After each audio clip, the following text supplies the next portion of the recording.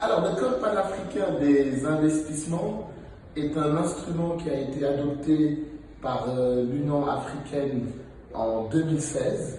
Il s'agit d'un modèle qui est censé guider les États africains, soit dans les négociations d'accords internationaux d'investissement, mais aussi dans l'élaboration de règles nationales d'investissement.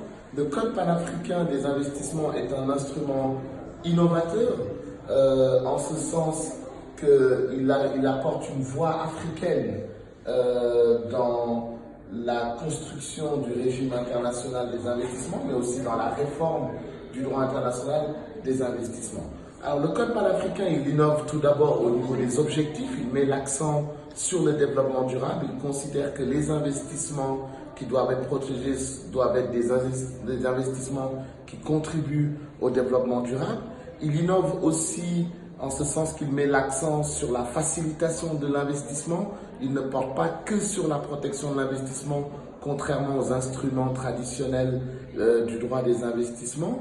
Un autre facteur d'innovation du Code panafricain des investissements porte sur les obligations des investisseurs. Le Code panafricain essaye de mettre en place un équilibre entre les droits des États et les droits des investisseurs, mais aussi un équilibre entre les obligations des États et les obligations des investisseurs. Et donc, dans le Code panafricain, on retrouve toute une série d'obligations pour les investisseurs en matière de lutte contre la corruption, en matière de protection des ressources naturelles, en matière de protection des droits de l'homme.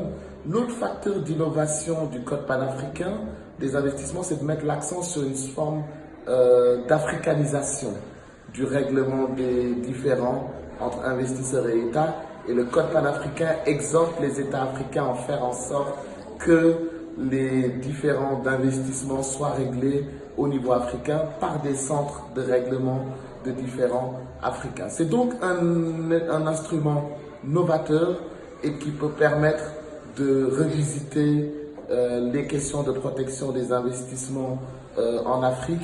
Et en principe, le Code panafricain va servir de modèle pour le futur protocole d'investissement de l'accord continental de libre-échange africain.